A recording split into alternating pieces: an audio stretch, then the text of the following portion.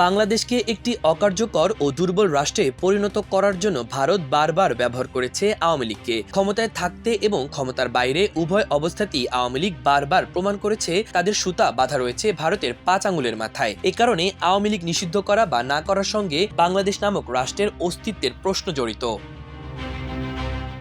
ভারতের স্বার্থ রক্ষা করতে গিয়ে গত ১৬ বছরে আওয়ামী লীগ সরকার শুধু জাতিকে বিভক্ত করার খেলায় মেতে ওঠেনি, রক্তাক্ত এক নিপীড়নমূলক শাসন কায়েম করেছিল। মুক্তিযুদ্ধের চেতনা আর স্বাধীনতার পক্ষ বিপক্ষের নামে তারা জাতিকে বিভক্তির চূড়ান্ত পর্যায়ে নিয়ে যায়। দেশের পুরো জনগোষ্ঠীর মধ্যে তারা এমনভাবে মেরুকরণ করেছিল যা শুধু তুলনা করা যায় আফ্রিকা মহাদেশ সহ বিশ্বের বিভিন্ন দেশের গৃহযুদ্ধ পূর্ব পরিস্থিতির সঙ্গে। ৫ আগস্ট গণঅভ্যুত্থানের মাধ্যমে বাংলাদেশ সম্ভাব্য গৃহযুদ্ধ থেকে রক্ষা পেয়েছে, কিন্তু আওয়ামী লীগ নামক ফ্যাসিবাদকে যদি এখন গোড়া থেকে উপড়ে ফেলা না যায়, তাহলে আগামীতে বাংলাদেশ গৃহযুদ্ধ থেকে রক্ষা পাবে কিনা তা নিয়ে গভীর সংশয় রয়েছে।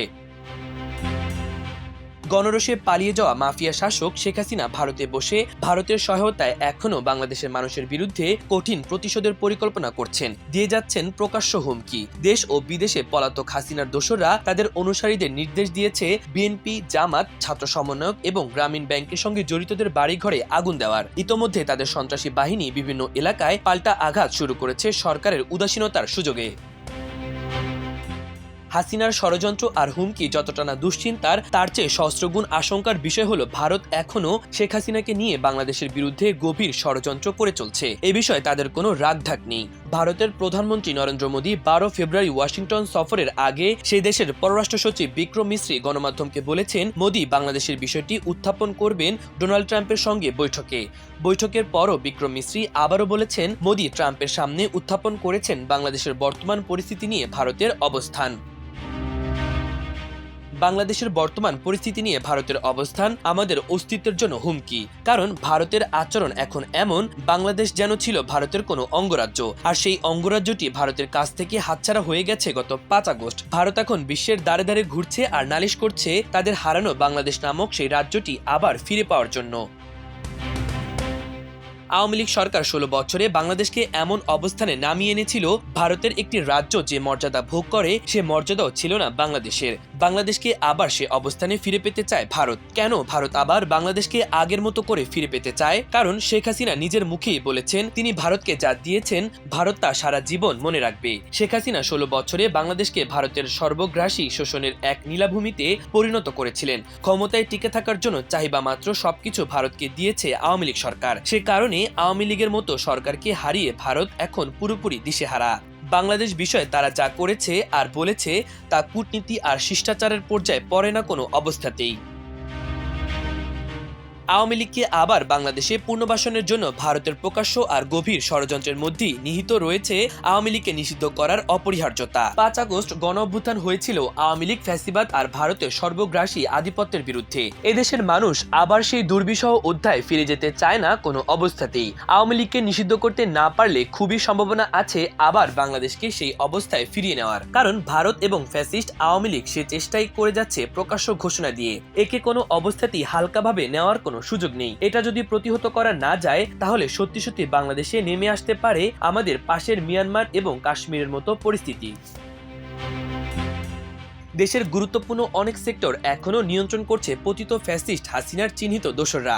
বিভিন্ন সেক্টরে তারা হাসিনার চিহ্নিত দোসরদের সঙ্গে এখনও ভারতের বিভিন্ন পর্যায়ে নিয়মিত যোগাযোগের অভিযোগ আছে।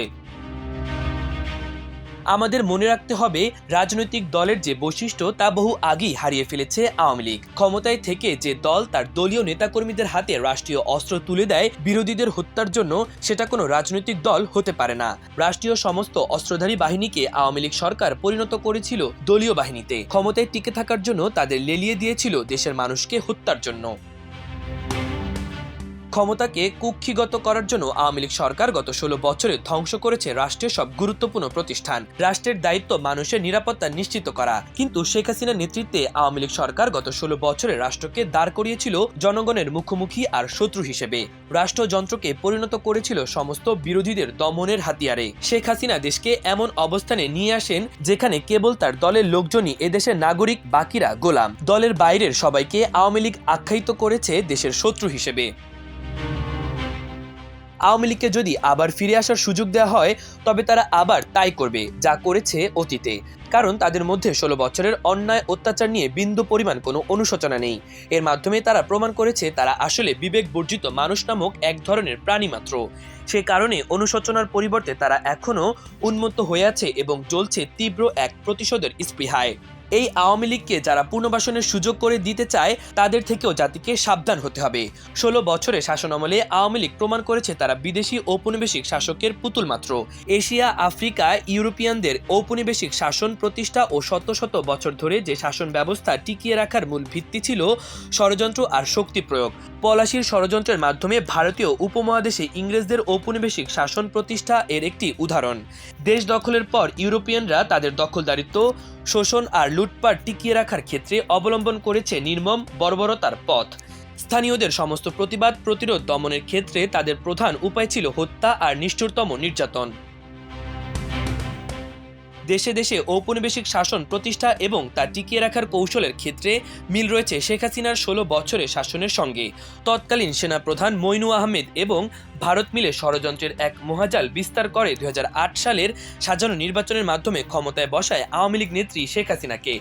এরপর 16 বছর শেখ হাসিনা ক্ষমতায় টিকে থাকার জন্য গুম, খুন ও গণহত্যা পরিচালনা করেছেন। শাপলা চত্বর গণহত্যা, আয়নাঘর সহ নিষ্ঠুরতম নির্যাতন আর দমন পীড়নের যে পথ অবলম্বন করেছেন এবং দেশ থেকে যেভাবে বিদেশে অর্থ পাচারের নেতৃত্ব দিয়েছেন তা মনে করিয়ে দেয় ঔপনিবেশিক শাসনামলকে। শেখ হাসিনা শেষ পর্যন্ত ক্ষমতায় টিকে থাকার জন্য হাজার হাজার নয় বরং লাখ লাখ মানুষ হত্যা করতেও প্রস্তুত ছিলেন ঔপনিবেশিক শাসকদের মতো। জাতিসংঘ ফ্যাক্ট ফাইন্ডিং মিশনের রিপোর্ট প্রকাশ করার পর আওয়ামী লীগ এখন আন্তর্জাতিকভাবে স্বীকৃত একটি গণহত্যাকারী দল। জাতিসংঘের প্রতিবেদনে পরিষ্কারভাবে বলা হয়েছে, প্রধানমন্ত্রী ও আওয়ামী লীগ সভানেত্রী শেখ হাসিনার সরাসরি পরিকল্পনা এবং নির্দেশে পরিচালিত হয়েছে জুলাই গণহত্যা, যা মানবতা বিরোধী অপরাধ হিসেবে বিবেচিত হতে পারে। শেখ হাসিনা সরাসরি নির্দেশ দিয়েছে ছাত্রনেতাদের হত্যা করে লাশ লুকিয়ে ফেলার জন্য। জাতিসংঘের প্রতিবেদন অনুসারে শেখ হাসিনা নেতৃত্বে আওয়ামী লীগ সরকার এবং রাজনৈতিক দল হিসেবে আওয়ামী লীগ পরিচালনা করেছে জুলাই-আগস্ট গণহত্যা। আওয়ামী লীগের সহায়তায় 16 বছর ধরে ভারত বাংলাদেশে বাস্তবায়ন করে সুদূর প্রসারিত এক পরিকল্পনা। বাংলাদেশ যাতে কখনই ভারতের নিরাপত্তার জন্য হুমকি হয়ে না উঠতে পারে সেটি নিশ্চিত করে নয়াদিল্লি। এই লক্ষ্যে ভারত টার্গেট করে বাংলাদেশ সেনাবাহিনীকে দুর্বল করে রাখা এবং দেশের জাতীয়বাদী ও ইসলামিক শক্তিকে ধ্বংস করার। আওয়ামী লীগকে নিষিদ্ধ করলেই এই দেশ বিপদমুক্ত হবে এমন নয়। সবচেয়ে গুরুত্বপূর্ণ হলো আওয়ামী অপরাধী এবং সর্বস্তরে থাকা ফ্যাসিবাদের দোসরদের চিহ্নিত করে বিচারের আওতায় আনা, অন্যথায় দেশ ফ্যাসিবাদ মুক্ত হবে না। আওয়ামী লীগ ও তার দোসরদের এত বড় মাত্রার অপরাধের সব প্রমাণ থাকা সত্ত্বেও যদি তাদের বিচার করে উপযুক্ত শাস্তির ব্যবস্থা না করা যায় তাহলে বিশ্বের বুকে জাতি হিসেবে আমরা কোনোদিন মাথা তুলে দাঁড়াতে পারবো না। আমরা বলতে পারবো না ন্যায় বিচারের কথা। আওয়ামী ফ্যাসিবাদের এত বড় পাপের বোঝা মাথায় নিয়ে এ জাতি সামনের দিকে চলতে পারবে না। মাহবুবুর রহমান ইমন, আমার দেশ।